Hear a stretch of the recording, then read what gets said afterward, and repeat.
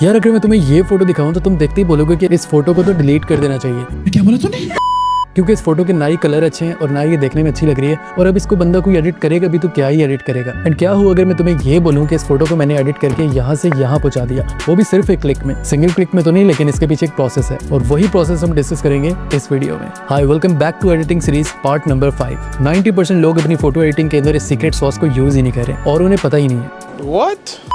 और अगर पता है तो उन्हें वो चीज़ बहुत ज़्यादा हार्ड लगती है जिससे आप अपनी फोटो को यहाँ से यहाँ ले जा सकते हो। मतलब कि एवरेज एडिटर्स के अंदर आप स्टैंड आउट कर सकते हो और एक प्रो एडिटर बन सकते हो अगर तुम्हें इस चीज़ का पता है तो। So without wasting any more time, let's get started.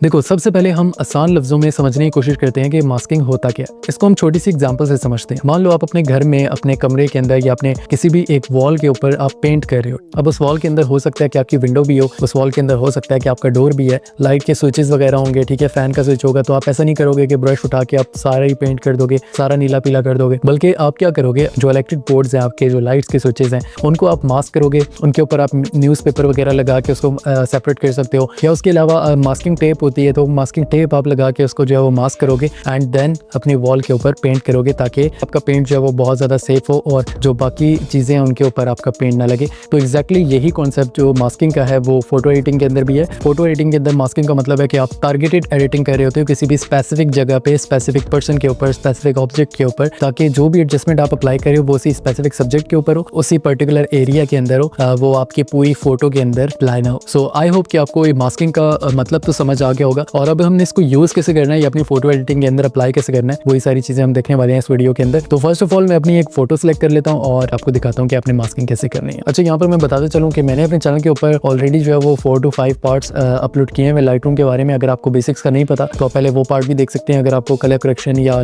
Colour grading के ऊपर आपने अगर वीडियो देखनी है तो वो आप मेरी दूसरी वीडियोज में जाके देख सकते हैं, क्योंकि इस वीडियो के अंदर हम सिर्फ मास्किंग के ऊपर बात करेंगे। ओके, तो यहाँ पर मैंने अपने फोन के ऊपर एक फोटो ओपन कर लिया और जैसे अब यहाँ पर आप स्क्रॉल करेंगे, स्क्रॉल करने के बाद आपको यहाँ पर मास्किंग का एक ऑप्शन मिल जाएगा। तो यहाँ पर मास्किंग के ऊपर क्लिक करने के बाद आपको यहाँ पर कुछ ऑप्शंस मिल जाएंगे। सबसे पहले आपको ये प्लस का बटन नजर आ रहा होगा, तो ये आपने प्लस के बटन के ऊपर क्लिक करना है और यहाँ पर आपको नजर आ रहा होगा select subject, select sky, select background, बहुत सारे ऑप्शंस हैं। तो इसके ऊपर हम 1 by 1 करके डिस्कस करेंगे इस पूरी फोटो एडिटिंग के अंदर। तो मेक श्योर आप वीडियो एंड तक देखो, वीडियो काफी ज्यादा इंटरेस्टिंग होने वाली है एंड आई एम श्योर कि इस वीडियो के बाद आपको मास्किंग के ऊपर कोई दूसरी वीडियो देखने की जरूरत नहीं पड़ेगी। तो यहाँ पर हम जो है वो सबसे पहले अपना जो सब्जेक्ट है उसे सिलेक्ट कर लेते हैं। तो ये बेसिकली AI के थ्रू वर्किंग करता है और AI के थ्रू सब्जेक्ट जो है वो डिटेक्ट कर लेता है। तो अगर आपके केस में फोटो के अंदर 3-4 लोग भी हैं तो उसे भी ये परफेक्टली डिटेक्ट कर लेगा, क्योंकि AI के थ्रू वर्किंग करता है तो काफ़ी एक्यूरेसी के साथ करता है। तो यहाँ पर आप देख सकते हो जैसे इसने ये रेड कलर का मास्क बना दिया सब्जेक्ट के ऊपर। तो यहाँ से लाइट का पैनल मैं ओपन करूँगा और यहाँ पर इसका जो एक्सपोजर है वो मैं थोड़ा सा ज़्यादा करूँगा। उसके बाद यहाँ से हम जो इसका कंट्रास्ट है उसको थोड़ा सा कम करेंगे और उसके बाद मैं चाह रहा हूँ इसके जो शेडोज़ हैं उसको थोड़ा सा कम करूँ और इसका जो ब्लैक्स हैं उसको भी थोड़ा सा कम करें। ओके, तो यहाँ पे हमने अभी एक मास्क क्रिएट किया और उसके ऊपर ये एडजस्टमेंट की है। सबसे पहले मैं इसकी लाइटिंग एडजस्टमेंट कर लेता हूँ ताकि मुझे थोड़ा प्रॉपर्ली पता लग जाए कि मैंने क्या करना है। आई थिंक एक्सपोजर ठीक लग रहा है मुझे। उसके बाद जो इसकी हाईलाइट्स हैं उसको मैं थोड़ा सा कम करूँगा और उसके बाद मैं इसके ब्लैक्स जो हैं उसको भी थोड़ा सा कम करूँगा एंड देन हम आ जाएंगे यहाँ से कलर वाले सेक्शन के ऊपर। तो सबसे पहले मैं इसका टेम्परेचर जो है वो थोड़ा सा वार्म करूँगा।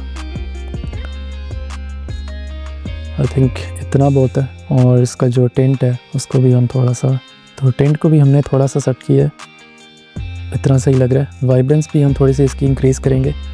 ओके, यहाँ तक हमने इसकी लाइटिंग एडजस्टमेंट कर ली है। अब हम यहाँ से दोबारा से मास्क में जाएंगे। मास्क में जाने के बाद यहाँ पे प्लस का बटन है, तो यहाँ पे आप बैकग्राउंड सेलेक्ट करोगे तो ये ऑटोमेटिकली डिटेक्ट कर लेगा आपके बैकग्राउंड को। और यहाँ पे अगेन हम लाइट पैनल में जाएंगे और इसका एक्सपोजर कम कर देंगे, ठीक है, और इसका कंट्रास्ट भी कम कर देंगे ताकि आपका जो सब्जेक्ट है वही प्रोमिनेंट नज़र आए और बाकी जो डिस्ट्रैक्शंस है या बाकी चीज़ें उनके ऊपर लाइट कम जाए। मैं अगर आपको बिफोर आफ्टर दिखाऊँ तो ये आपके पास बिफोर है और ये आफ्टर है, ये बिफोर एंड ये आफ्टर।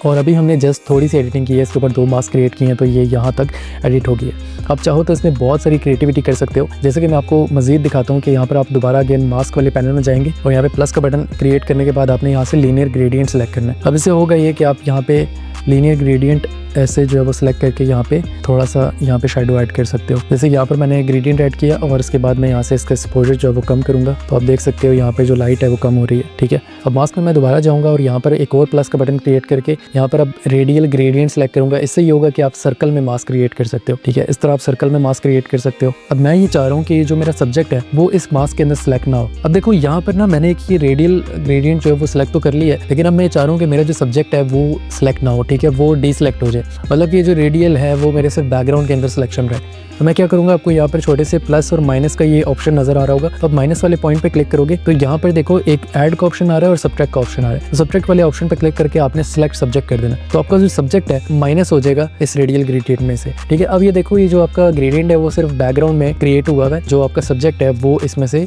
मास्क आउट हो गया। अब यहाँ पर मैं क्या करूँगा कि यहाँ पर इसका जो कंट्रास्ट है उसको कम कर दूंगा और इसकी जो इफेक्ट्स है उसके अंदर जाके मैं इसका जो डीहेज है वो भी थोड़ा सा कम करूँगा। ठीक है, और लाइट में जाने के बाद इसकी जो एक्सपोजर है उसको भी हम थोड़ा सा कम करेंगे। ठीक है, और इसकी प्लेसमेंट भी थोड़ी सी चेंज करते हैं। आई थिंक यहाँ सही लग रही है। और इसकी सैचुरेशन भी थोड़ी सी बढ़ाऊंगा, क्योंकि जब भी आप अपनी फोटो के अंदर डीहेज ऐड करते हो तो उससे जो आपका सैचुरेशन है वो कम हो जाती है। तो यहाँ पे मैंने इसको सैचुरेशन भी ऐड कर दी है। एक और मास्क हम यहाँ पर ऐड करेंगे, वो भी हम यहाँ से लीनियर सेलेक्ट करेंगे, लीनियर मास्क लगाएंगे ऐसे। ठीक है, और इसकी ब्राइटनेस जो है वो हम थोड़ी ज़्यादा करेंगे, इसका एक्सपोजर बढ़ाएंगे। आई थिंक यहाँ तक सही लग रहा है, और इसका टेम्परेचर भी जो है वो भी वार्म कर देंगे। तो इसको कर देंगे हम ओके। और ये अभी तक हमारी फ़ोटो एडिट हो चुकी है, ये बिफोर है एंड ये आफ्टर है। और यहाँ पर अभी आप इसके अंदर थोड़ी सी विनिएटिंग ऐड कर दो। ठीक है, यहाँ से मैं इसके अंदर विनिएटिंग के अंदर जाऊँगा और यहाँ पे इसकी विनिएटिंग थोड़ी सी ऐड करूँगा। एक बार कलर मिक्सर में जाएंगे और यहाँ पर जाने के बाद इसका जो ब्लू कलर है इसको मैं थोड़ा सा शिफ्ट करूँगा टील की तरफ। इसकी सैचुरेशन भी थोड़ी सी ज़्यादा करूँगा। इसकी जो येलो कलर है इसकी सैचुरेशन थोड़ी सी कम करूँगा। और जो इसका ऑरेंज कलर है इसको थोड़ा सा ब्राइट करूँगा। और साथ में आई थिंक ये हमारी फ़ोटो अभी तक एडिट हो चुकी है। एंड यहाँ पर लाइट में दोबारा जाने के बाद मैं एक दफ़ा कर्व पैनल खोलूँगा और कर्व में जाने के बाद जो आपका ब्लू वाला कलर है यहाँ से मैं इसको थोड़ा सा येलो कलर ऐड करूँगा, ताकि थोड़ा मूडी कलर ग्रेडिंग हो जाए हमारी। आई थिंक यहाँ तक काफ़ी सही लग रहा है। और इसको मैं शेडोज़ में थोड़ा सा फेड भी ऐड करूँगा और ग्रीन कलर को भी हम थोड़ा सा कम करेंगे। Okay, done. तो ये है हमारी फ़ोटो अभी तक फाइनल एडिटिंग हो चुकी है। ये बिफोर है एंड ये आफ्टर है। मास्किंग के बाद अगर मैं आपको थोड़ा सा जूम करके भी दिखाऊं तो ये बिफोर एंड ये आफ्टर।